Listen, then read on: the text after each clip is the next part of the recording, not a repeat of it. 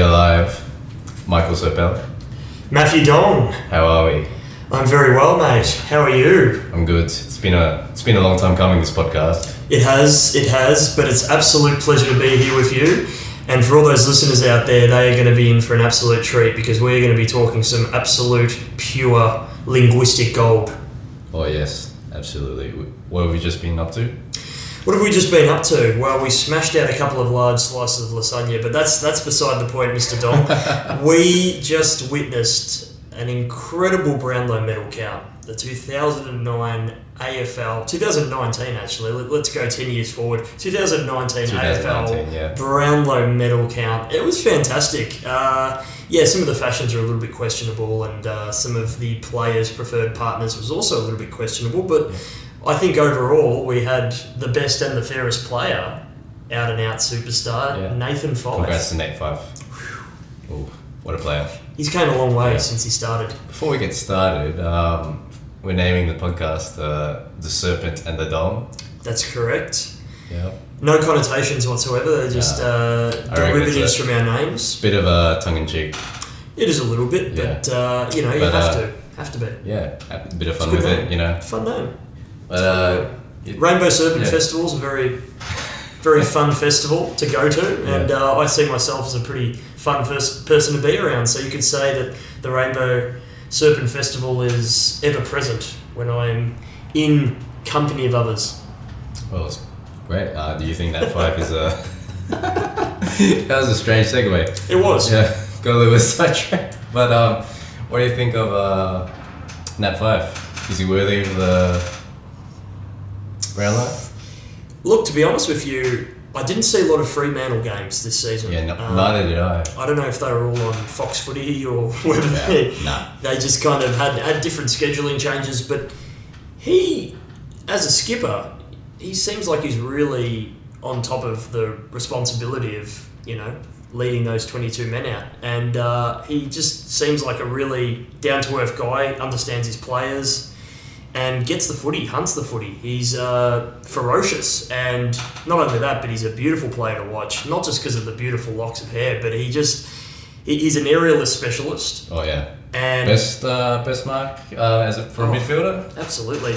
And I always knew, Dongy, that if he put some strength on, he was going to be a seriously good player with the ball. He was a very skinny kid when he entered the competition, didn't he? He was. Yeah. He was. And you have to ask now, what's his real weakness? I mean, he's contested ball. Yeah, maybe contested ball. No, he's great at contested ball. Oh, contested ball. Well, if he gets tagged, we're a little bit. I mean, a lot of players. He was talking about how he's frustrated getting tagged. Probably Matty de Boer gave him might have touched him up during the season. Yeah, good. Probably did. Good friends off the field. Yeah, didn't watch that free GWS game. Well, wasn't really on the top of my schedule. Well, GG. I mean, what's against him? Probably he's not the best kick. Yep. Would you say? Yep. Yeah. Not as damaging. Inside 50 entries might be a little bit skew at the moment. For an elite bracket player, his kicking does sort of let him down. Yes. But it's just his contested marking, contested ball, just the amount of it, the sheer number of it. Just you can't ignore it. Yeah, can't ignore it. Can't ignore it, and I think the umpires, they certainly, they had the best seat in the house with seeing him perform, and probably seeing a lot of those leadership things, a lot of those things that we don't see on broadcast TV. Those little 1%ers and just what he's like off the ball. Yeah, it's credit to him. Second Brownlow medal. I mean, I reckon it's well deserved. Yeah, I think it is. He's had a good season for what I've seen. It's a shame we haven't been able to watch a lot of Fremantle games. Yeah. And it's a credit to him to win a Brownlow in such a losing side. Yeah. Not a lot of Brownlow winners in losing sides like this. I mean, last year was Tom Mitchell. I think also missed out on the A. No, last year they made it in the top four, believe it or not, which a lot of people did not expect them to do. in a season where a lot of teams are up and down. I just remember the grand final. Though. Yeah. I mean, you don't remember too. I think they went out in straight sets. I think that's probably why we kind of we forget what they were able to do. Yeah, the loss of Tom Mitchell's really hurt them. Yeah, seriously, it has. I mean, we all know how good of a coach Alistair Clarkson is, but even still, one of your best inside midfielders who just gets so much. 2017 was. Who was it?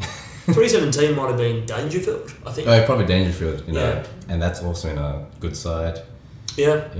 And he finished pretty well this season. I think he got 27 and when votes. Fikes won in 15, I think they were in the prelim. They were 20. So to win it, 15 prelim, to win it this year, and they bottom 4 or bottom 8. Oh, I don't know if they were quite in the bottom 4. They were pushing finals. They were good. Still a good team. They were looking really good. Still a good team before had a horror run. And I mean, he paid homage tonight to his ex-coach, Ross Lyon. Yeah. Recently ex-coach. I mean, he's surely going to get another role. Surely. You think so? Maybe, Being the man he is, experience. I'm not sure about head coach role. Maybe not. Yeah. Development coach, possibly. He might be an assistant coach, and then bide his time a bit and basically go into a coaching role when he's ready. Again. I mean, he's a unique individual. He's probably the last of the old guard of coaches. Like when you think of the best coaches this AFL era, in the last few seasons at least, who do you think of? Oh, well, I mean... We just look at the last 3 premiership teams. You got Bevo in 16. Yep. 17 is... Hardwick. And last year was Adam Simpson. So they're a new generation. New generation. A lot more caring and a lot more in touch with the emotion. Yeah. Not a lot of, hard nut footballers that'll really tell you off if you make a mistake. And Ross Lyon's probably the last bastion of that type of mid to late 2000s hard nut coaching. And he was actually great. He's a great coach. Yeah, definitely. I mean, you don't just by chance get your team into a grand final. 3 grand finals. 3 grand finals. 2 with St Kilda. 2 with St Kilda. Well, 3 technically. Yeah, isn't it? 3 technically with St Kilda. Yeah. But we'll say 2. 2 in the same year. So and then a third one with Fremantle. All losing, but that's still better than a lot of coaches. That's in a top bracket. A lot. I mean, Luke Beveridge hasn't been to 3 grand finals. No, Damien Hardwick's on 2. Damien Hardwick's on 2, and he's a very good chance. Very good chance, and we'll touch on that later. But very good chance. But so second was Dangerfield, and then it was Cripps. Cripps did well. Kelly, Brody Grundy pulled well. He did. Did very well, actually. And then below that, I think Bontempelli and McRae hold the exact same votes. They did 22 Marvin Stage Bulldogs. So it's fair season.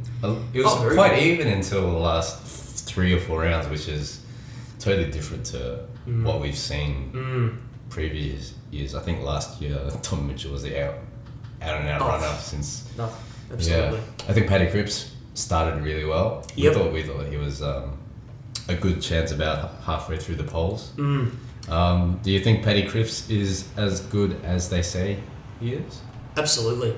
Yeah. Oh, they've got a lot of acknowledgements for him.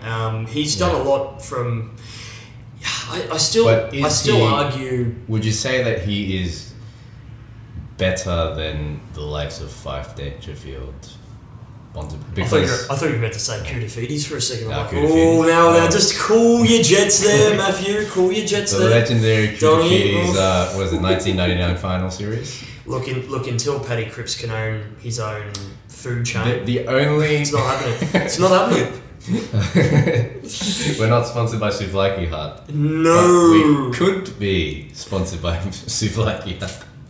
wouldn't be the worst. I'd have a good feeling in my stomach about that. The only knock against Patrick Cripps I have is that he is a great player in he had a good end of the season, but a Carlton team that hasn't been travelling well for several seasons right now. Several seasons. He's an out star in that team. It's just,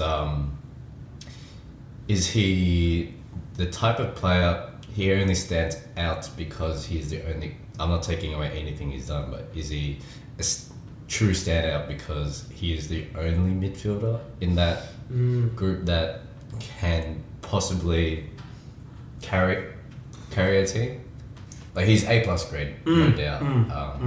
But if he had other A grade help, the likes of like the Geelong midfield, Bulldogs midfield, it's fascinating, who all have A grade talent in their midfield, would it be the same thing, or would it be like the Kelly and Dangerfield situation where they're more or less equals?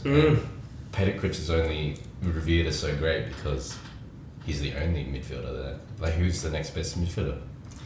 Yeah, you'd struggle to make an argument for a very old Mark Murphy now, and Petreski-Seaton hasn't quite came on yet.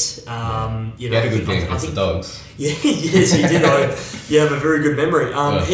He'll be good in the long run, but how good he'll be, well, that's another question that we're not too sure of yet. But yeah, you're right in a way. He is right now. He's the absolute standout in that Carlton midfield. There's really no one else that compares to him right now, and so he's obviously going to stand out. He's the only one that stands out, and that is the advantage and disadvantage he has. I would love to see a team, a Carlton team that is actually thriving, where they actually have help for him. Let me say this though, Dongy. There is a emerging talent there called Sam Walsh, and just watch what he's able to accomplish. Now, they've locked him in for a little while, and I think already we're seeing good signs. Rising star, so you don't get that every day. He'll be a big player for Carlton in the future, but by then, we'll wait and see with him because first year player. I mean, he's already more mature than what he actually is. He's pretty well built for AFL footy, the rigours of the game already. But what he can do, well, we'll have to find out. He's an uncapped talent. There's a lot he can achieve, but we'll wait and see. We'll wait and see. But at the moment, there's been this noise for ages that Cripps does carry the team. He's got quite heavy shoulders, and you look at him every pre-season, he just gets bigger and bigger because those shoulders need to be more broader. And the bigger he gets, the slower he gets. Yeah, that's it. But he's a bit of a raging bull. But if you can't tackle him, then what's the point? Exactly. Go as slow as you want to be if you can't tackle him. It's fascinating. I do want to touch on Bontempelli as a Bulldogs support. Yes. Our Bulldogs, you're a Essendon man. Yes, I am. Our podcast is going to be very centric to those two clubs. It will be. Very. I don't consider myself a one-eyed supporter, but we do go through the lens of both our clubs. Yes, at this time of the year, I do get quite envious because it has been close to 2 decades since Essendon won a premiership and was close to winning one. So it's been a frustrating time for me and my boys. But let's put it this way. Whatever teams make it into the grand final, it is not an easy place to get to. So I have every admiration for the teams that are there. So it's an exciting week, and we will touch on the week a little later. But let's get back to Bontempelli for just a moment, because the media propped him up to be probably his best season yet. They did say that. Yeah. They did say that. However, as a Bulldog supporter, I don't know if I'm taking Bontempelli for granted or if he's actually had that good of a season, because they propped him up to had like a breakout, even though he's we all know he's a star, but it's like he's kind of being molded into the player he's meant to be. I'm not sure he's had a super good season. I feel like the impact he had in 2016 when we won the premiership was much more enormous. particularly for that final series, just massive. The knock against him is that he had 50-something shots a goal and he had 15 goals for the season, which is, for an elite bracket player, that's worse than Nathan Fife.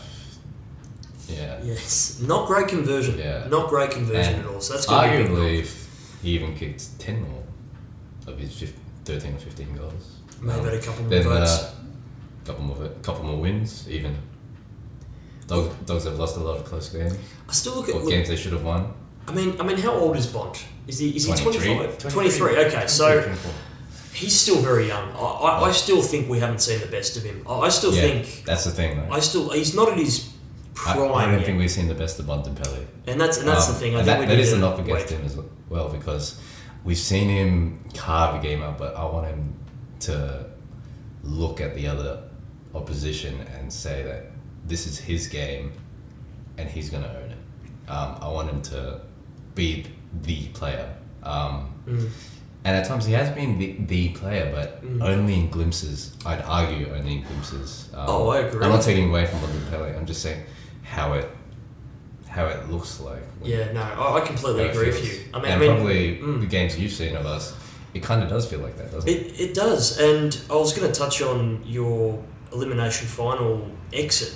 He was going to be the target because he had such a great build-up, probably a great month and a bit of footy going into that final. So he was obviously going to be the target, you know. And so they went to him and his influence was cut. Yeah. And we'll touch on pretty significantly. Yeah. And look, a lot of players, you know, that's not an easy thing. You know, tag is tough. But who also you just got to touch on that a bit later. But McRae also pulled the same amount of votes as Bontempelli. Yeah, I never quite. How does it look like from an outsider's point of view? Yeah, look at Jackson? It's a fascinating one. Yeah, Jack doesn't seem as damaging. I feel like his absolute peak probably doesn't quite get as close to Bontempelli. Just in the aesthetic of the game. Yeah. I mean, he just doesn't look as damaging, but he pops up and he gets the ball. You know? He always pops up. Every single time there's a stoppage, like free run of play, he always pops up. He always gets in space. One of the most unassuming and hardworking midfielders in the game, but he doesn't get it. He did get a recognition in All Australian. Yeah, on the bench, which I think was a little bit stiff. You know, I think he could have really, But he. How do you mean by stiff? Oh wait, did you say he made it to the bench? He did. Oh, well, he made it in the All Australian, so I don't think that's stiff at all. I will say this though, I originally had him in a category of someone like a Lockie Hunter and a Caleb Daniels, just those other mids that they do get a lot of the footy and not quite your marquee players, but not the your players Dustin you're going to Martins. sell you're not going to build a culture around those guys, but they're important for a culture, but they're not the standout marquee player. I think. He's not your Bontempelli, your Dangerfields, your Cripps. I mean, the reason why we highlight these players, Dongy, is because they do things that we don't see on a day-to-day basis. They do magical things, and they don't just do it at training. They don't just pop through these ridiculous goals on their non-preferred foot. They do. I mean, they would probably do it at training. Well, we don't see this, but I guarantee you, McRae counts every single possession he gets. Oh, definitely would. You can read his lips. He's like, it's about 15, 16. 8, 9, 10. Let's get a handball receive here, 17, 18. Picks himself as the coach, probably. Oh, absolutely. Oh, God, he's probably got himself as captain. The thing is, the reason why your Bontempellis, your Fife, your Dangerfield, your Kellys, your Cripps... They're game breakers, aren't they? They're game breakers, and they're match winners. But above all, their absolute best is scary good, and I'm not just saying good. I mean scary good. Like the hairs stand up on your arms. Yeah. See, I'm getting shivery, Dongy. Yeah. But this is why these guys. Who's the Dons player who's your marquee player then? Because when I look at the Dons list, it's a tough one. You don't. Who's your probably Zach Merritt was your best cold player tonight. Yeah, he was. But if you're talking about a player who's like scary good when he's at his absolute best, you'd have to say Anthony McDonald-Tipper-Woody. What he's able to... I'd say second to that is Stringer. Stringer does some freakish stuff, and he's a match winner. And he did win a match. Unfortunately, his best football was being played at the Dogs. If he was going to really break out, it was going to be this season, and I think he did enough this year to maybe convince us that he's gonna really prove to us that he's got the substance. But he's going to have a big pre-season, because I would like to believe that he's got a little bit more left in him, Dongy. But as a doggy squad, I know how good he can be. Yeah. And his best is, I don't think he's played glimpses of that at Essendon, but I remember in 2015 he would just, first quarter to the last quarter, he would tear through. Oh, he looks untackleable. Yeah. He feels untackleable at times in that season. And he would kick bags. He kicked 55 goals that season. Bags, absolute bags. Yeah. Well, not 1, 2, 3. It's like we're talking 6, 7s. I remember that. So he kicked 6 goals in a half and a quarter of footy. Yeah, and it's then freakish. He got sucked out. Yeah, it was too hot to try. Yeah. Barometer players are so important to have. Players who just do scary good stuff. From Essendon point of view, it's a forward and not a midfielder.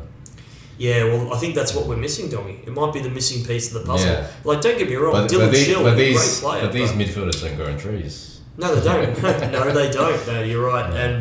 And look, Dyson Heppel, had a fantastic first season.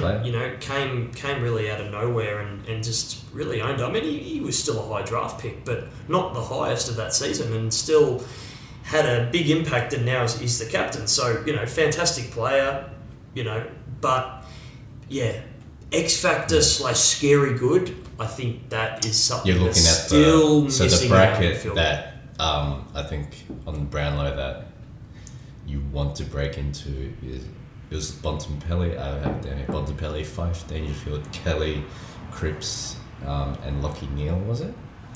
Yeah. They're the thing is about Lockie Neal. 6 midfielders. Yeah. That they propped up the most. Lockie Neal and Tom Mitchell. I haven't seen them do scary good stuff, but I've seen They're them more get enough accumulators. They are accumulators, but they are like crazy accumulators. And even McRae, I'd throw into that category as well. Crazy accumulator. They get big numbers. I say McRae's not as damaging as a Neal or maybe McRae's more damaging than Tom Mitchell. Yeah, but they're kind of... You kind of see... But Lockie Neal is quite damaging. Yeah. He kicks goals. And Brody Grundy, I mean, Brody Grundy as well. He's another guy. He's damaging, and he's done good stuff. I feel like he's always going to play that well.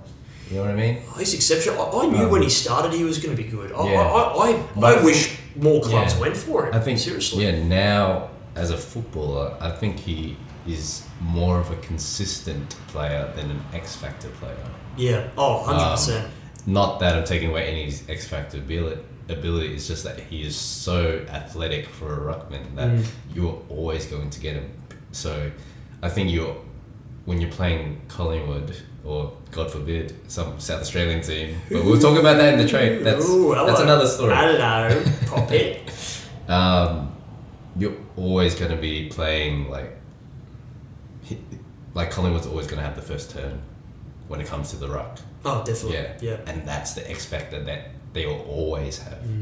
So that doesn't even turn out to be an X factor. That's just an advantage they always have. Yeah, and very good midfield brigade as well. Collingwood have, Treloar didn't feature much in the votes today, but he can be a damaging player along with your Taylor Adams, Scott Pendle. Yeah, he's getting older, but still he's played at a relatively top level for still side bottom. I think for this entire decade. Yeah, he's a hell of a player, man. Hell of a player, and probably just didn't get enough votes because, of course, Dane Swan, when he was Swanee was grabbing them all. He's like, hey, give it to me.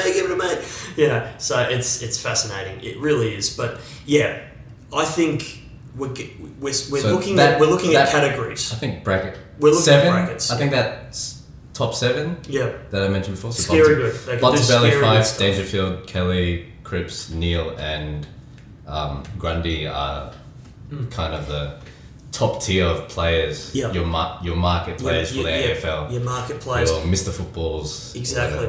And here's the other thing with that, Dongy. And this is a bit of a knock on a couple of players, and they'll know who they are. But let's say, for example, Jake Stringer. So the reason why he doesn't have a Brownlow is because his scary good isn't consistently scary good. Yeah. and it's not reliable. Now you talk to players. But is he the type of player to ever win a Brownlow? Exactly. Well, you think but if he's playing, we know how good he is. We do. If he played that every week, week, then he no doubt will be able to win a Brownlow. 50 votes. And the thing is, Dongy, you talk to players, and all of the players say they want someone who goes up the ramp with them at the start of the game, and you just know what you're going to get from them. Yeah, and that's your Jackson McRae's. They're the players you want to have in your side. Not a player where you go, well, today you could be incredible, but they're too Jekyll and Hyde. You don't know what you're going to get, and that's what separates these top-tier players. They're scary good. And they're consistent. And that's why they're always going to get votes. Yeah. And unless injury gets them, they're always going to be that way. So they're the players that you want in your side. Well, yeah. Any other players? Any other players tonight? That could break into that mold, do you think? Well, I'll tell you what. Thinking about it. Like Josh Kelly, for example. Yeah, Josh Kelly, fascinating. I think he was there. Steve Caniglio got a lot of votes before he got injured. I thought he was having a great season. Those two were around about that mark. Well, Caniglio was around that mark this year. Josh Kelly was around that mark, I think, last year or the year before. But he's I think he's fallen off a bit. His kicking efficiency's let him down this year. Even though he looks like he's got a silky smooth left foot. His kicking efficiency let him down this year. Don't know if he's carrying an injury or it's just the way GWS play. But yeah, it's fascinating. Kelly could break into that mold. What other players do you think? Well, you know what was interesting, Dongy? Last year, I'm pretty sure, I think it was Angus Brayshaw, which is the one from Melbourne. The Brayshaw from Melbourne. Brayshaw at Melbourne. Yeah. The one with the helmet. Yeah, the one with the helmet. Angus. I think it's Angus. Is it Angus? I think it's Angus. Yeah. There was another one. What's the at Fremantle? Yeah, I forgot his. Yeah. So the Brayshaw from Melbourne. The Brayshaw, yeah, it's too many. Let's talk about Melbourne Brayshaw. It's definitely not James. So the Brayshaw at Melbourne last year, he got within, I think, the top 4 or 5. Oh, yeah, he did. He was real smoky. Now, obviously, Melbourne had a much better season, and this year they were woeful, and we'll possibly touch on that later. But I just think that players like that, players that get the footy, players get the ball. You know, Clayton Oliver, I thought as well was going to really poll better if you looked at Melbourne coming into this season. I think last year better. Oliver polled really well because I'd also put him in a similar category to. I think in one season Oliver and Brayshaw were in that bracket, but for some reason, which we'll analyse some other time about Melbourne, they've fallen off badly. Very badly. But it's a fascinating one. What other players can Max get in into that category?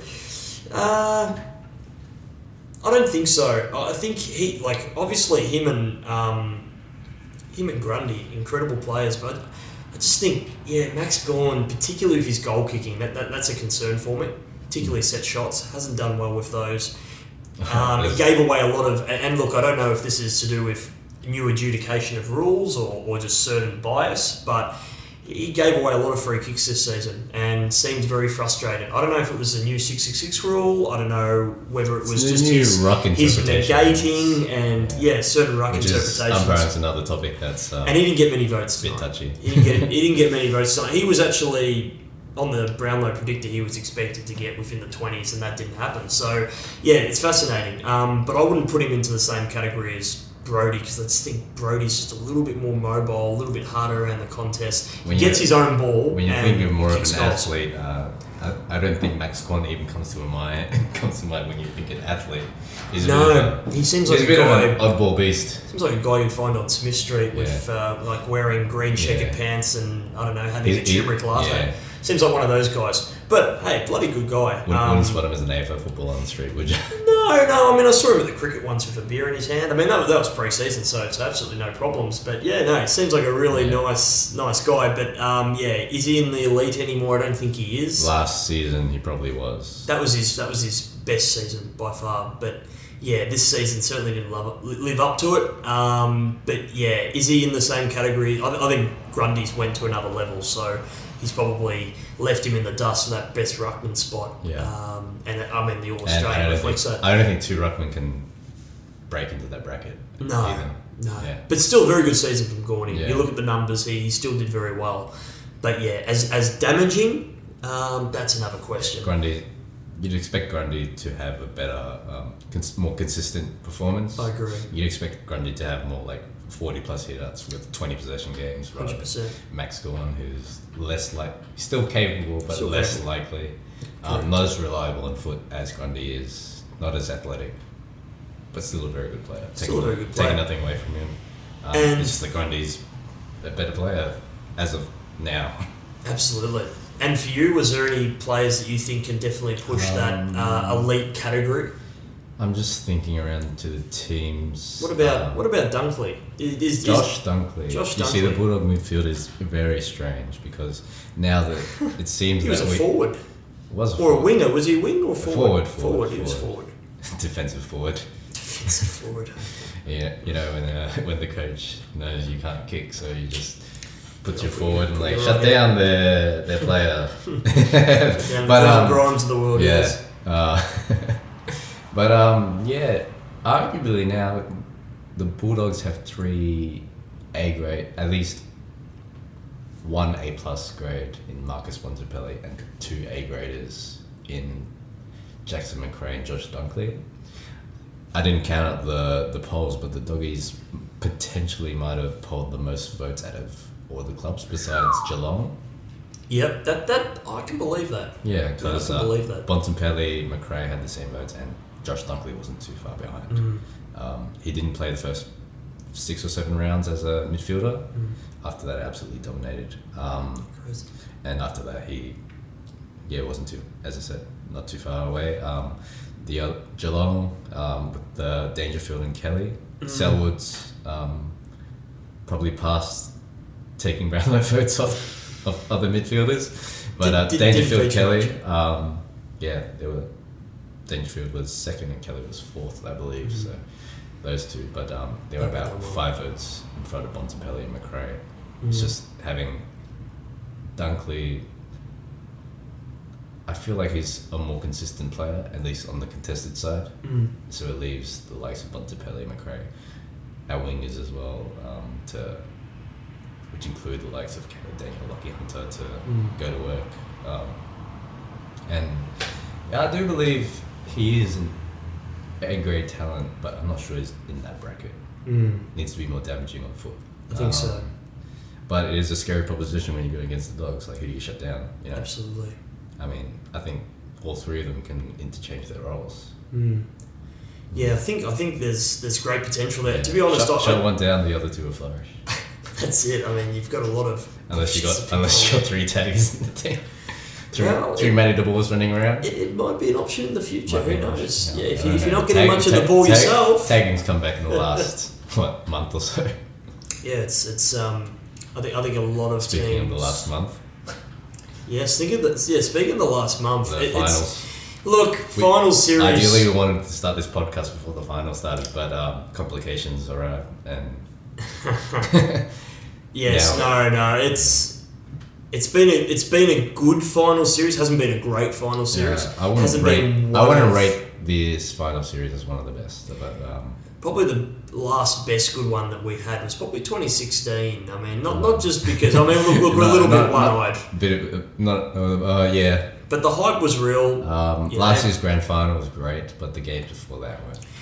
Yeah, I mean, I was overseas for the grand final, so I thankfully found an Australian contingency to watch the grand final with, and that was one of the best grand finals I've ever seen. The Melbourne West Coast prelim was really good, but Melbourne West Coast. The prelim. The prelim, was that good? I'm not sure. Pretty one-sided. Was I it? think. Yeah. Oh, I must be thinking of the qualifying. I think it was touted to be good because I think everyone was expecting Melbourne to go with a fight. No one remembers prelim finals. Yeah, well, I mean, look, originally prelim. Well, I mean, traditionally prelim finals are the 2016 hardest games final. to win. You know, they're the hardest games to win. I mean, no one remembers the losers. I mean, well, they don't, unfortunately, because the grand final. The prelim finals would be one of the best games we've seen in our sport. Well, if we're talking about, you got question. the Geelong Collingwoods, the Geelong Hawthorns. I remember that Hawthorn Port Adelaide one. Yeah, that was an absolute ripper back in, I think, 2014 that was. 14. And Hawthorn always struggled to win their... I mean, they did win their prelims, but they were always very close. They were much closer to losing the prelim than the grand final. The Hawthorn-Collingwood prelim stands out for me as well. I think Buddy Franklin kicked a couple of beautiful goals, one from the boundary quite tight. And I think Hawthorn, they fell short that year because, of course, Collingwood played Geelong in the grand final. Yeah.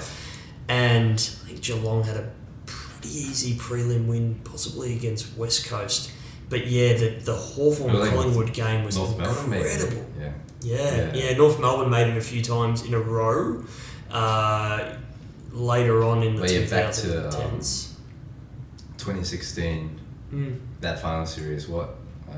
Besides the doggies, I don't like to... Besides the doggies. We had that Hawthorn-Geelong game that was decided by Isaac Smith's last kick. Oh yeah, that was a brilliant game. I was actually at that game, and I thought he kicked it because it looked good off the boot. It looked really good off the boot, but it just didn't have enough on it. It just stayed the line, and it looked like one of those ones that would just fade in. Yeah, and because I was there just as a neutral AFL supporter, I just noticed on the ground there's this one Geelong player just running rampant by himself around the ground. I'm going, who the hell was that? It was a Harry Taylor. He's a strange unit, and he's just running around by himself, throwing his arms up, going, wah, wah. And mate, it was hilarious. Didn't he? Oh, he was a player. He was I don't know what player. I think it was the same game where I think he got a ham in his sock, and he went to shake the other player's hand because I think he's allergic to ham or something. It's a crude joke. Very, very strange man. Very, very strange man. Hopefully he goes on next year, but that'll be determined in the. That's one of the funniest finals moments. It was. What other games from the? Brilliant. Besides all the doggies games. I mean, we know the quality of those were exceptional. Yeah. Well, still watching. Well, the West Coast one was a blowout. West Coast one was a blowout, but I just think because the expectation going in, I just think everyone was blown away by it. But the quality of the Hawthorn game was very close for 3 quarters, and you guys kind of edged away. Yeah, and then I think they marked it as the best game of the decade was the prelim. Without a doubt. Coincidentally on my birthday as well. It was a very good birthday as well. I remember, I still watch that from time to time. But I haven't watched it in a while, and then the final series came around this year, and just watching it back to see what we were like back then, to remember. And it is probably, from a neutral point of view, probably is one of the best. Probably is the best game of the decade. Put it up there. Without it. I mean, it's seesawing, pretty high scoring. I remember when GWS they kicked like 3 goals in a row, at least 2 or 3 times. And I thought, they're going to break away here. We all thought the same thing. GWS looked scary good in that whole final series. They smashed Sydney, I think, the first week. I think there's a lot of conjecture around where they played. They played at ANZ Park, and it doesn't quite suit Sydney. Sydney play a lot better. For some reason, Sydney only play there during the finals. Exactly. It's very strange, but GWS sees thankfully they don't play there anymore. And there was potential that it was going to be an all Sydney grand final, and thankfully it wasn't. Thankfully the Dogs got over the line. They just were so inspired. It was extraordinary to watch. As a neutral supporter, it was just everyone rode that train, and I tried, Doggy. I tried in 2017 to ride the Tiger train, but it just wasn't the same. They were pretty dominant, and they had some good stories, but I just can't stand Tiger supporters will say that they had the better story. Some of them anyway. They will. I mean, they finished 13th on the ladder the previous year, and they had an absolute blowout the final round. But then they got all these players like Gold Coast Sun X players, and they built up their list. Yeah. But the Doggies, they had a lot of grit on that list, and they went for a lot of adversity, lost a lot of players. A lot of rookies, a lot of players under 50 games. Yeah, and I think that's St. why Cody's like 11th game or something. That's right. So you do a comparison, and you think, "Wow, that's." But that prelim game was the only game that I thought, when watching it, that we could lose. Oh, 100%. Because all the other games we didn't feel like. The grand final, you were very dominant. When we were watching the game, not before, I thought we would lose every single week. Yeah. As a pessimistic Bulldog supporter, but that was the danger game. Watching that game, it was a danger game. The emotions running high throughout the entire game. I don't think I shaved a few years off my life or something. You know? I mean, the grand final. I felt like we always had 3/4 time. I felt in retrospect very confident. Yeah, very confident. Very confident. We were always hard at the ball. Yeah, you played the better brand of footy that day. But There's that no prelim question. was like both sides just seesawing. Nobody knew. Well, we didn't know until the last minute.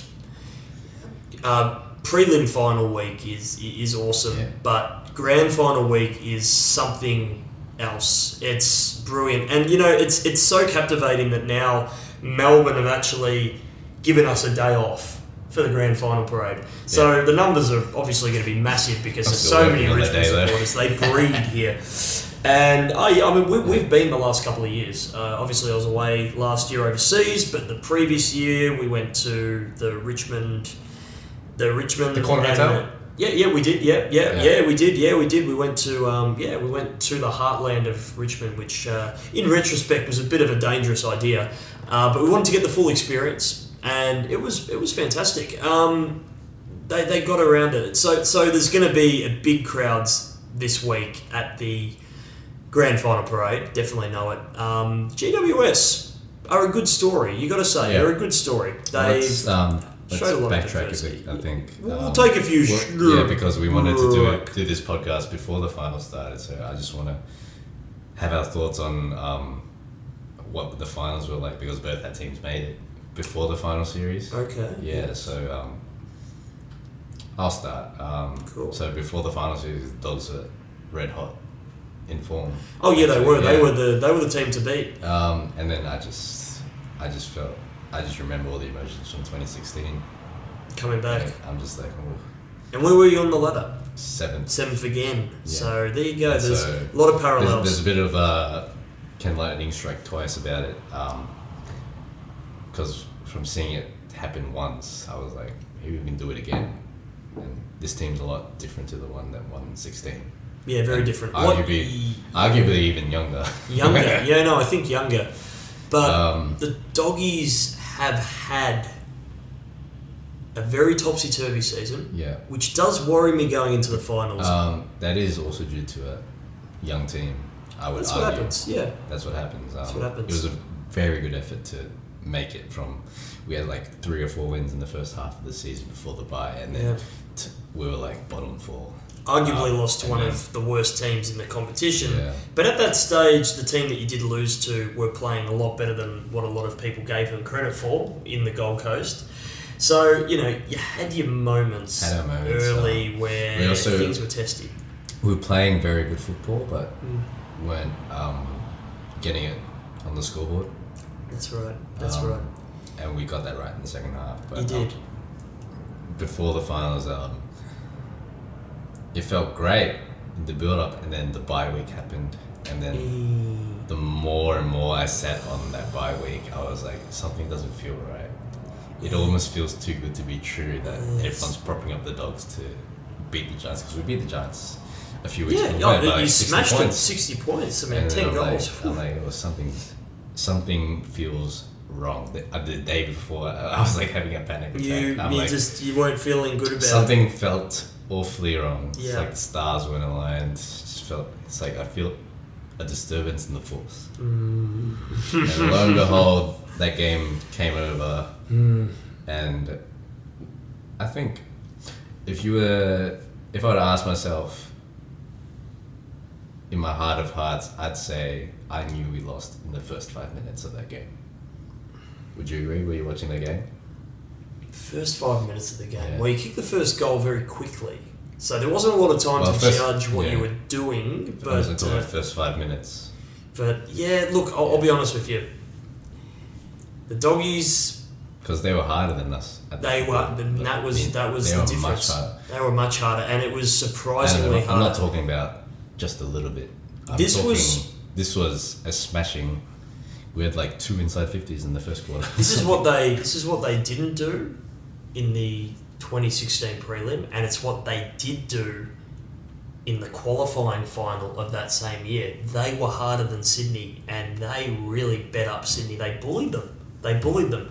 Now the Giants, they were always knocked from the very moment that they came in that they were going to be this, this Ferrari side, this good-looking side, amazing skills. Like, don't get me wrong, you watch some of the footage from their earlier days, and some of the skills are just ridiculously amazing. Like, they're eye-catching.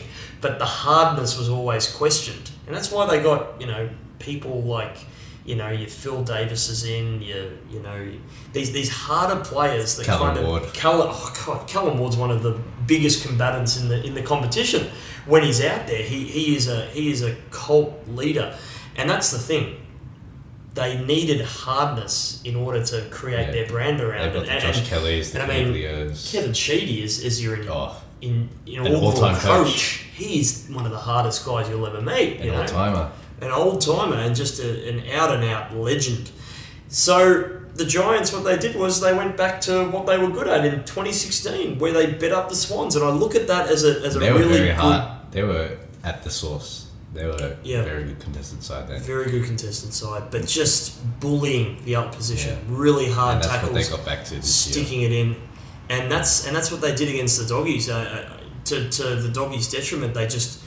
We were lucky to be in it. You're out. For about 2.5 quarters, I think. Yeah, they really got on top, and they took their opportunities. They kicked some extraordinary goals. I mean, Jeremy Cameron, we'll touch on him a little later, but he wasn't missing too many set shots. And they just, they just beautiful class and really good carry when they run with the ball as well, with your Zach Williams and your Lockie Whitfields. And the Doggies for a long period in that game just couldn't get their hands on the ball. Yeah. And when you don't take your opportunities... we just lost. That's what happens. We just didn't even give ourselves a chance to win that game. Yeah. So I felt like we lost in the first 5 minutes. And it is due to a bit of inexperience. Definitely. A lot of inexperience, actually. Yeah, a lot of players went missing on your behalf. A lot of players went missing. The other finals games. The Richmond-Brisbane, the qualifying final. That was a how do you say it? Clinical by Richmond. Yeah, Brisbane don't quite look ready for I felt like it needed to happen. I felt like at least everyone that knew everyone that knows that's seen a premiership, you just knew that a team like that had to lose, in a sense. They're enigmatic. Yeah, because Brisbane. They finished second. They did extraordinarily well. Something about coming from, I think, last or second last, and then finishing second, and then winning a premiership doesn't happen. It just doesn't happen. It just doesn't happen. I mean, I think if they finished 7th or 8th, that would have kind of marked... I think that's what they were expecting. That would have marked the development that they were looking for. But they got second. And maybe it was because they had an easier draw. I'm not sure. Yeah, I think that has a fair bit to do about it. I think a lot of sides in the top 8... I think a lot of sides in the top 8 actually beat them. Yeah. Even... I don't know if many teams outside the 8 did, but they struggled on the big stage. But in essence, you talk about the teams below outside the 8, they beat teams that they should have beaten, and the ones that they're more or less expected to contest again, they probably drew 50-50, or maybe they got a bit luckier. Hence they finished second. They were touched up by Richmond throughout the season. They were touched up by Collingwood. They lost to Fremantle today as well. Fremantle. They lost to Essendon significantly at the MCG quite early on in the season. Lost to Carlton as well. They lost to Carlton, which is a very big shock. We'll touch on this another time, but pretty much all the teams that played a team that lost their coach, they ended up falling on the sword. So it's fascinating. But watch out for the Brisbane Lions of 2020. Well, you'd hope so. I mean, there's enough statistics. As a dog supporter, I can tell you that losing a final series in 1 year will spur you on the next year. Well, you hope so, because you look at Melbourne and now they're not there. They got a harder draw. There was bigger expectation. They had a very small amount of pre-season and they were deflated. They were really deflated. They got their colours lowered. I mean, they got flogged, Melbourne. Yeah. I mean, look, thankfully, Brisbane, okay, they were showing up a little bit against Richmond. But, they will have a lot of belief in 2020. But at the same time, you want to be very careful. Team that was expected to win the whole thing and they don't do it, it's gonna mess with you a little bit. So they're gonna have it a lot harder next season, 2020. But we'll just have to see what happens, because it takes a lot to get back there. Because a lot of teams now, they know a lot more about this Brisbane team. So their preparation, their planning, their execution. The expectations on their shoulders. It's going to be a lot higher. And some teams can't deal with it. The very best teams, usually the big clubs. Collingwood deal with it well. Yep. Essendon 15 years ago. Yeah, well, Essendon. Well, that's another topic. It is. Thoughts on the prelims? Thoughts on the prelims? I watched most of Friday night. Yeah. That went the way I expected it. But Geelong being up 20 points at halftime, I thought, you know what? They just lost all momentum after halftime. Yeah, they did. And that's been a common trend of Richmond, actually. They overrun teams. And they've done it a lot before. Whatever they needed to fix up. Now, this is probably good execution by players and really good coaching by Damien Hartley. It was playing ruck and wing for most of the game. Yeah, and not on Tom Lynch. Well, he's not only a good defender. He's an all-Australian fullback. Not only is he a good defender, but he is. You look at the behind-the-scenes vision, and he actually organises the back line really well. He's not only the best defender, but the general as well. Yeah. He is. He. What he does is he fills a void. The running lanes, the leading lanes of your forwards will get blocked by him or orchestrated by him. So the moment you take out that key pillar from those certain positions, and suddenly you lose a lot of your structure. And that's exactly what happened with Geelong. And you look at a lot of those forward entries by Richmond. Now, Richmond, they do quite chaotic entries, but they also do lovely lead-ups if they have the leading space. And Tom Lynch is one of those guys who not only can he, take those marks and execute, but, if there's that leading lane there, it's his bread and butter. So I think Geelong got that wrong. Yeah. They also got... and we won't know why. We don't know what it's like in that coach's box. Oh, we don't. Maybe they backed themselves in for that. Maybe. And I think they were maybe a tad arrogant, maybe a tad self-assured going into that final. Now, it's all mind games. It's all mind games. But if they won...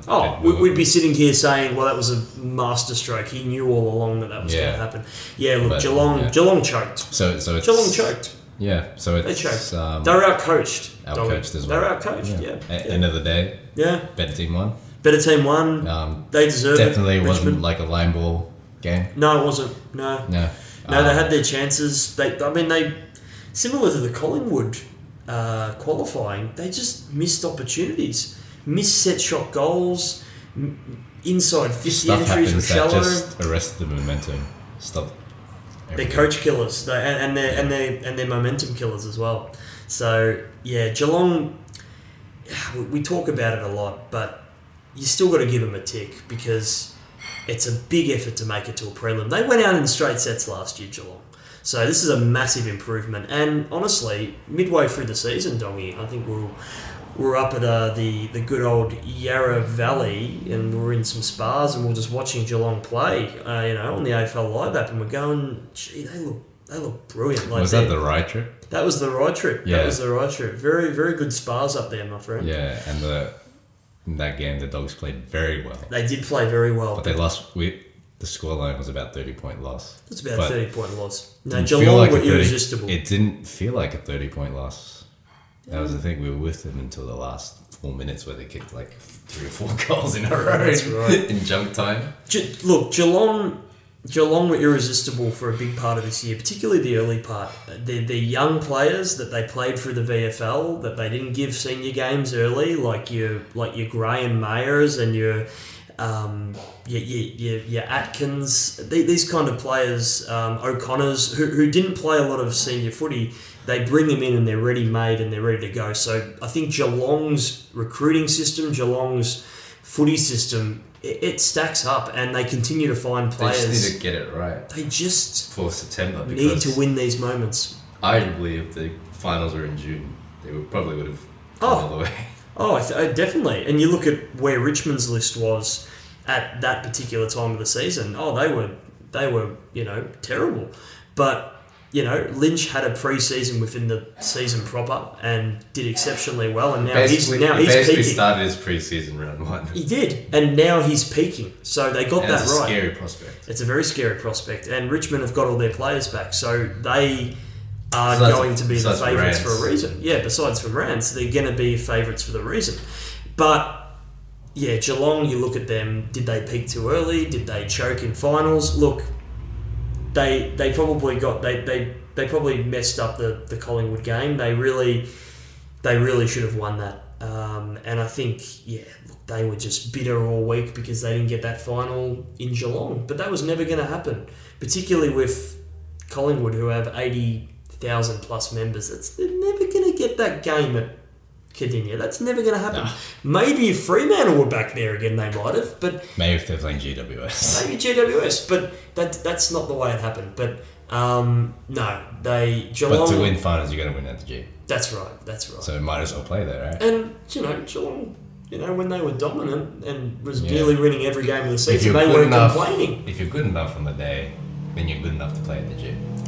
Now, Dongy, I don't know if you agree with this, but do Geelong have substance? Do you look at that list? Is this the last year? Is that way? Is it because you got to probably Gary Ablett's either he's going to retire or he's going to play one more year. He's close. He's close to finishing up. Selwood's over the horizon already. Now, bear in mind, Gary Ablett had some insanely good seasons at the Suns. They missed that. Might be the player of the last 2 decades. Yeah. And he admittedly himself wasted his time at Gold Coast. Yeah. And looking at it, it's a shame that what could have been. He stayed at Geelong. I think he lost the prelim, was it? And he left that at the end of that season. Yes. Can't remember the details at the time, but he's kicking himself because Geelong have more or less been thereabouts for since 2007. Yeah. Yeah, I think, was it the year that he and Bomber Thompson left? The year after that, of course, they won their first premiership. Their first premiership in a little while, 2011. So, yeah, you're right. So, you kind of, you live and die by the sword of your decisions. 07, 09 and 11. That's right. So 2011, happened when... And he's just, They went, enjoying the sun up there. Yeah, that's right. But he wanted to come back to win a premiership. Back to his hometown. It would have been this season. Could have been a one club all-time great. But instead he wasted this. He said this, not us. Yeah. Oh, no. You're just going off. You're paraphrasing. Arguably, The thing wasted is, his years at Gold Coast, and there was prime years. He won a Brownlow there in a losing side. I'll be honest, Gary Ablett played a lot of games this season. I was expecting them to really manage him a lot better. Like 15 games. 15 games. I wouldn't have played him more, and I would have really left him for September. He was actually really good for about 7 or 8 games. Oh, he was amazing. You saw the votes tonight. Probably. He got a couple of throws. Yeah. And so he still got it. Just fizzled out during the finals because every time we got near the ball, it was didn't feel like Gary Ablett of old. It just felt like another forward. Yeah, and he got, even the season before when he came to Geelong, I remember he got bullied by a few players, just bumped, knocked out of the way. So maybe not as, hardened as what he was, and maybe not as agile. And that's what happens with he's age. He's old. 35, 34? Yeah, he's not the player he was, but he's still a champion. And, heaps of people in the media wanted to write him off, but he's a champion, and he's always going to be a champion. His reputation has not been dampened too much. Even going to the Gold Coast Suns, it was all with the good intentions of trying to build a club, and he was the skipper. He went in there as the main leader, so he tried. Probably in retrospect now, he's wasted some years. Could have won that premiership in 2011 with Geelong. We don't know. Probably could have won more. Could have won more, possibly. Could have had 3 Hawthorn-Geelong Grand Finals. Who knows? That would have been fascinating. Real fascinating. Could have been boring for the rest of the league, though. Yeah, it could have been. We had to throw some interstate clubs in there for, Hawthorn to beat easily on the day. Representation. Representation. It is the Australian rules football, not just Victorian rules anymore. Yeah. So, it's fascinating. But the other game, Collingwood, GWS. Great game. An all-time game? Oh, that's what they're saying. That's what they're saying. I think the knee-jerk reaction. I think it's knee-jerk. I do think it's knee-jerk. Look. The last couple of minutes was insane. Probably it was really good last 10 minutes. Fantastic.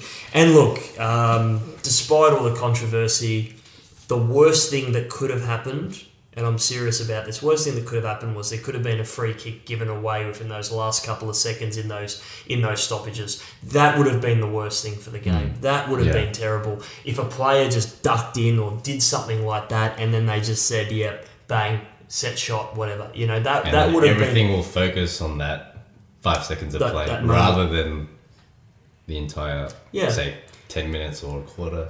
Look! I know I've heard Collingwood supporters who are quite, blame the umpire, up in arms. But let me tell you something, Doggy. And this is my grudge, right?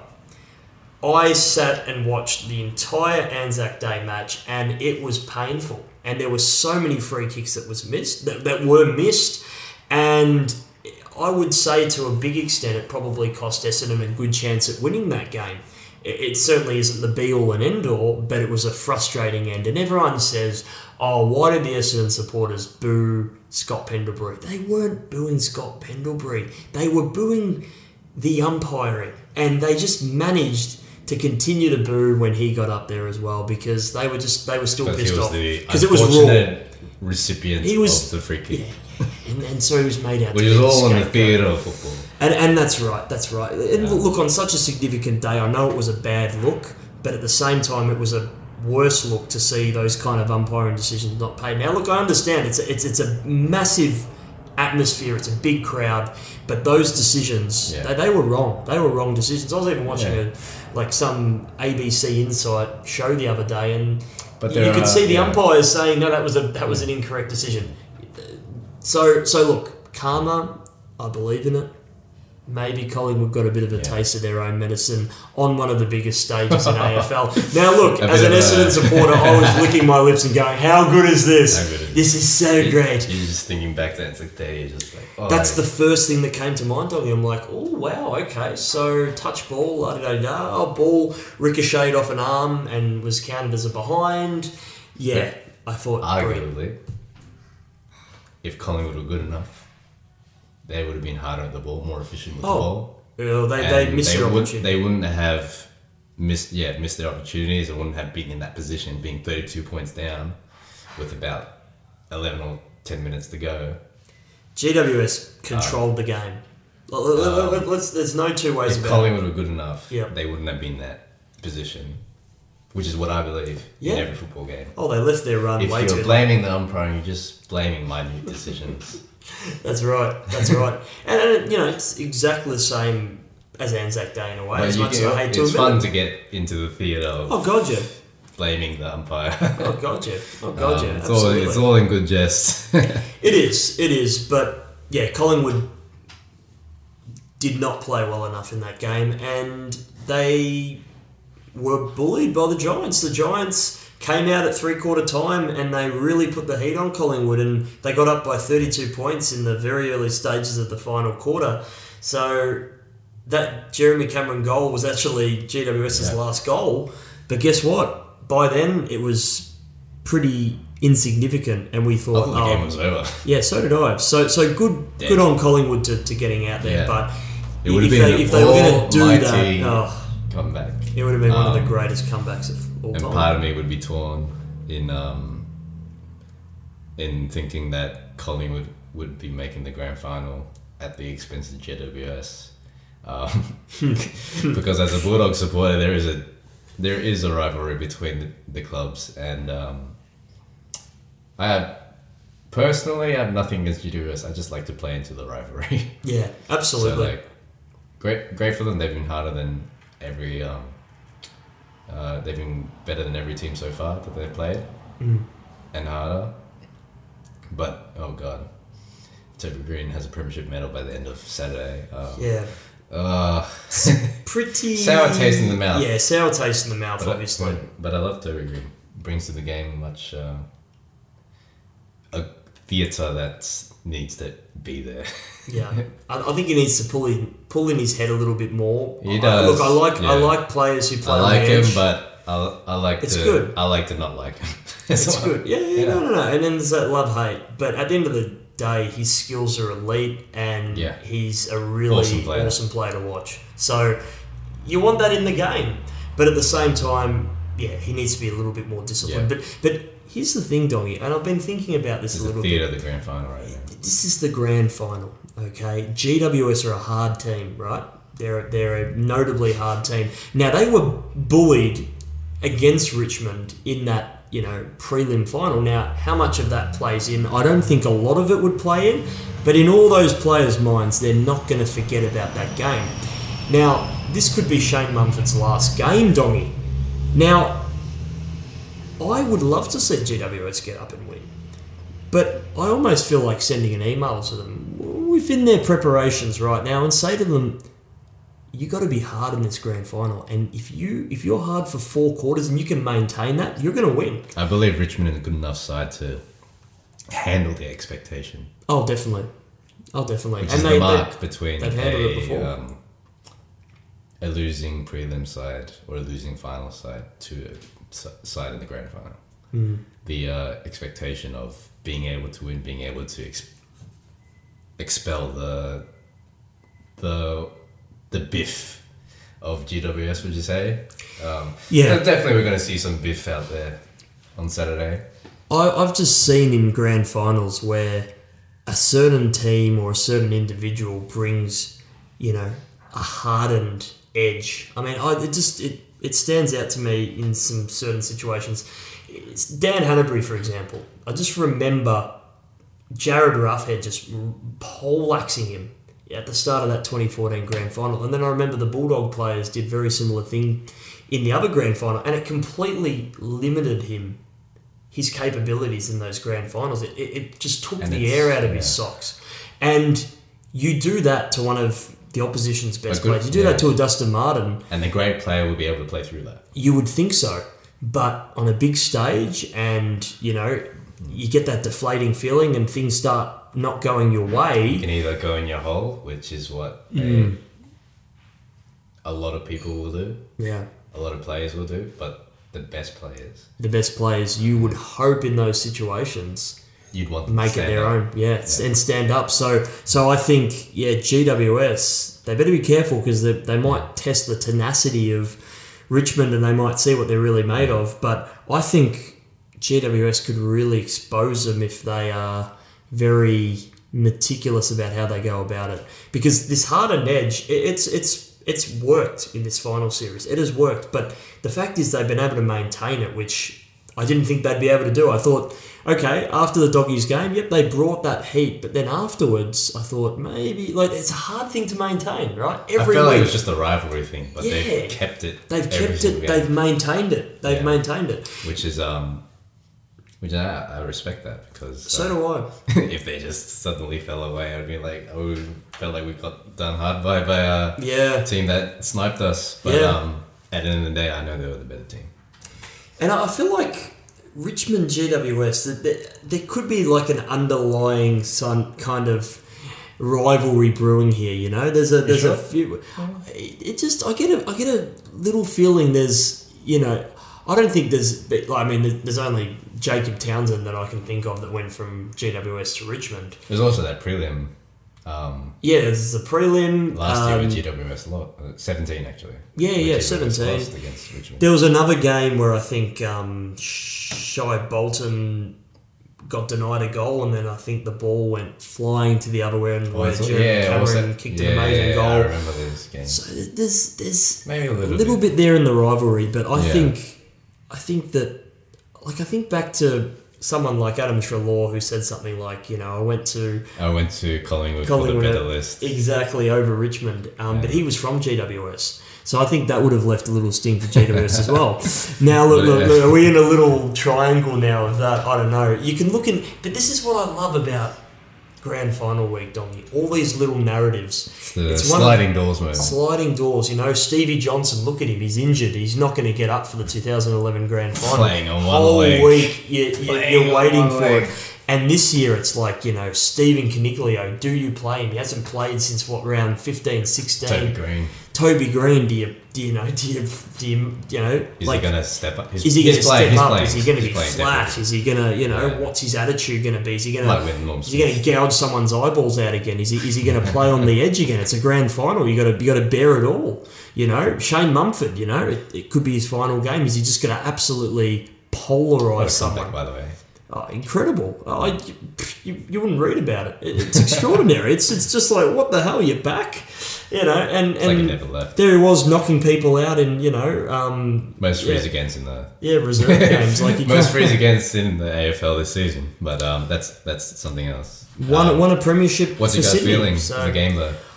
Oh, look, it's going to be hard for Richmond. Look, I think it's Richmond's grand final to lose. That's the way I'm going to put it. Yeah.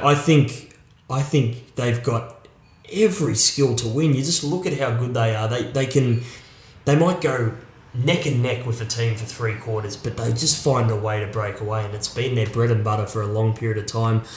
But be warned, Richmond, if you don't maintain that intensity, and if GWS get under your skin, then they'll win. They will win. If you don't stop a guy called Zach Williams, and you don't stop that elite midfield around the contests, Jeremy Cameron. It's massive. A lot of names out there. Yeah, Jeremy Cameron's another one. I was worried that GWS won't score, but you think with him, he's just such an elite kick. Won the Coleman, for goodness sake. He won the Coleman, for goodness sake, exactly. But then you've got a Tom Lynch at the other end, and so he's going to 50 goals. And he's going. I just have a feeling he's going to rip it up. Like, he's going to be massive. Forwards. Man, it could be, and I'd like to see He's it. Still got Jack Revolt. Yeah, didn't play well last week, but he's sacrificial role. Yep, he's the leader for the team. Yep. He's always been like that. Well, recently, yes. Dusty Martin versus De Boer, I assume. Yeah, that's what the matchup's going to look like. I tell you what, Prestia is a tempting one you may go to. Shane Edwards, Smokey, absolute gun. I think like for like Shane Edwards, Zach Williams, one of those two play similar roles. Yeah, Basher Hooley, you've got Sam Taylor, who's absolutely nailing it as a, backman, really good young backman. Yeah, Phil Davis, how fit is he going to be? He will play. He will play, there's no question. Yeah. But how good will he be? We don't know. They may have to, if he gets injured early, they may have to play him up the other end of the ground. Will limit his impact, but, you still have a play in a rotation, so that's okay. But yeah, there's so many different plots and storylines to this. What are your inside thoughts? What do you think? What's your gut feel at the moment? I'm going with a Richmond win. Yeah. But it is theirs to lose. But I know that GWS are going to bring their best game. Yeah. At least annoy the hell out of Richmond. And here's the thing, Dongy. I have a feeling that there's a lot of personalities in that GWS team that they look at a stage like this and they're unpredictable. They're unpredictable. They just don't know what they're going to do. They just want to play. And having someone like Toby Green in the team where he's going to play on the borderline, you just don't know what you're going to expect. And I think this is Richmond's biggest concern. GWS are massively unpredictable. Just not even on their game style, more on their behaviours. And that's, Richmond are a very good side, very disciplined. GWS arguably has a lot of blockbuster stars. They do. Not as many as they used to, but still enough to have that silk as much as that hardness. It's a credit to that team to foster this talent. Yeah. Has this happened quicker than you expected, or is this kind of a timeline that you thought? Because we said after the 2016 Premiership of the Doggies that they missed the window. You'd think the 2016, if we didn't win it, they would win it. Yeah, I think they would have went on to beat Sydney. And then they were more or less on the ledge in 2017. Yeah. But fell a significant margin behind they did. Richmond in that prelim. They did. But to still make the prelim, to be best four sides in the competition, is still a very good outcome for the season. Yep, absolutely. Monumental. The pain does still...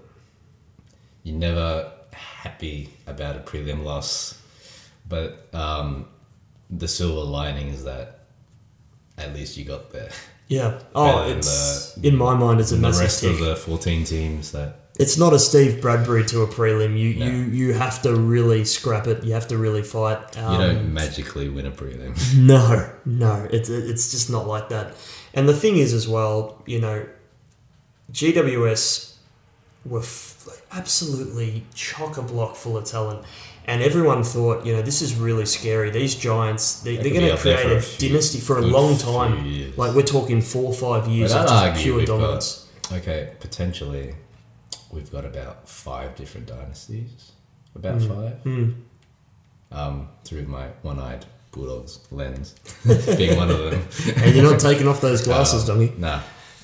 So you've got Richmond. Let's talk about after this season. You got Richmond, GWS. I'm putting us in the frame for some. Not convinced yet. West Coast. And Geelong are thereabouts. You haven't put Collingwood in there. Oh, Collingwood too. Collingwood could do some damage as well. So I dropped Geelong, Collingwood. So those 5 teams, just based on recent premierships and recent grand final appearances, because those are the 5 teams that have featured in last 3 grand finals. Yeah. Besides for Adelaide, but Adelaide for Adelaide. Yeah. Let's not touch on them. That's way too complex. But these 5 teams are dogs up and coming. A lot of X factor around them. Oh, definitely. GWS are there. Question is, can they maintain it? Collingwood, same thing. They have the talent. They've been injured the whole season.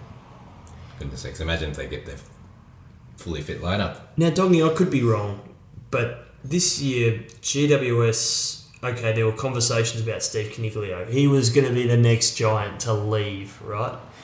But they managed to get his signature. Now, that has to give a side some confidence. Now, you remember, 2017, all of that year, they're talking about Dustin Martin leaving. They're talking about him grabbing his contract and going. I'm not fucking leaving. And that's what he did. He ended up staying, and they won a premiership. A little bit of Wolf of Wall Street about it. Now, do you draw parallels on a team that is going better than expected, and then they end up signing their number 1 player, and then that has to have an effect on the group? It does. I think internally more. Internally? Oh, definitely. Well, we're talking about the internals right here. Yeah.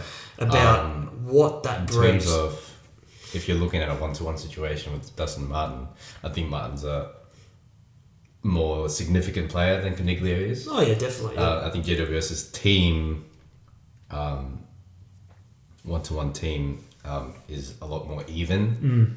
Dustin Martin is the star of the Richmond midfield. And that gives them, I think, the group more confidence in 2017. Yeah. In this GWS team, it is the same, but I don't think not as much as Dustin Martin. Yeah. No, I agree. But I still think, as you touched on, very important within those 4 walls to have players who are fully committed, because there's none of this awkwardness. There's none of this, you're my best mate, but I kind of don't know if you're going to be my best mate for long. It's just, I don't know where you're going to be. You're not telling me everything kind of thing, And I don't know if that's what it's like in the 4 wars, because, they might be really honest to know. We're not in the AFL circles. Yeah, we don't know as much. We can always have fun and conjecture. Exactly. And we can we're just having a bit of fun. mull it over as much as we want, but we don't know what's going in there. But I just feel like these two teams are just so well balanced off the field. They've just got a belief about them. And you think about all the teams that have won those premierships, they had belief. And Adelaide, I just felt like they had a big mob mentality, kind of it was almost a bully mentality. They probably had a good 3 weeks in that final series. Yeah. But it was a different kind of approach. They seemed like bullies, like schoolyard bullies, rather than a united group, you know. Yeah. And then they had speculation over your Jake Levers and your Charlie Camerons. Yeah, so two players going into a grand during final. the grand final game. Yeah. Two players going into that, not knowing what their future's going to be. It would play on them at a very conscious level, subconscious level. Yeah. Not trusting them as much as you can. Oh, yeah. I agree with you. But off the field, you do have to wonder whether that plays on your mind. You know, are these players, you know... Yeah. Like, do we really kind of trust them on and off the field? It's a fascinating one. I mean, I still remember, you know, Buddy Franklin, 2013 was his last grand final with Hawthorn. And, you know... Left for better... opportunities. Yeah, left for better opportunities, but he still won the grand final, played his role. The Melbourne bubble as That's well. right, that's right. So you can't blame him there. But he hasn't won a premiership since. Exactly, but in that grand final, it didn't affect Hawthorn's performance. It might have affected his own personal performance, but not the team. So, yeah, you can kind of look at Adelaide. That was a failure on a lot of levels, and you had a couple of players uncertain about their future. But then you had Hawthorn uncertain on one of their biggest players' futures, and they still ended up winning. The biggest player of the last decade. Oh, God, yeah.